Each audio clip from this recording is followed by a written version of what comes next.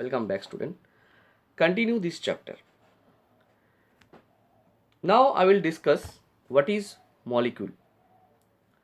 So molecule, here M stands for molecule. M is consists, or you can say that it formed two ways. Means it can exist or it can compose similar, S for similar, and different types of atom. Means molecule is consists of similar or different kinds of atom. Let us example. Take one example of molecule. Suppose that I have taken one example here, hydrogen again. So this is molecule. So see here, this hydrogen consists two similar hydrogen, one H and another H. So this is similar. Now I'm taking another example that will be different. Suppose I have H2O. See how many hydrogen atom is present here? 2. How many oxygen atom is present here? 1. So how total atom here? 3. 2 hydrogen and 1 oxygen. That means you can say that in case of water, two different atom is present. That means molecule can composed similar or different kinds of atom. Now I will talk what is compound. See, compound always composed different kind of atom.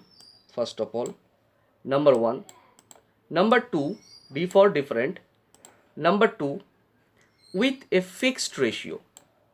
So what actually fixed ratio? Fixed ratio means that means is consist, or you can say that, suppose that I have taken one example of hydrogen. So weight of one hydrogen atom is 1 AMU. AMU stands for atomic mass unit. That means H2O, in case of H2O, how many hydrogen atom is present? 2. So fixed ratio means mass fixed ratio. That means how many hydrogen atom is present here? 2. So here should be 2. And how many oxygen atom is present here? 1. So 1 oxygen atom mass is 16 AMU. 16 AMU. Atomic number is 8. Atomic weight is 16. Hydrogen atomic number is 1. Atomic weight is 1. So its ratio should be 2:16.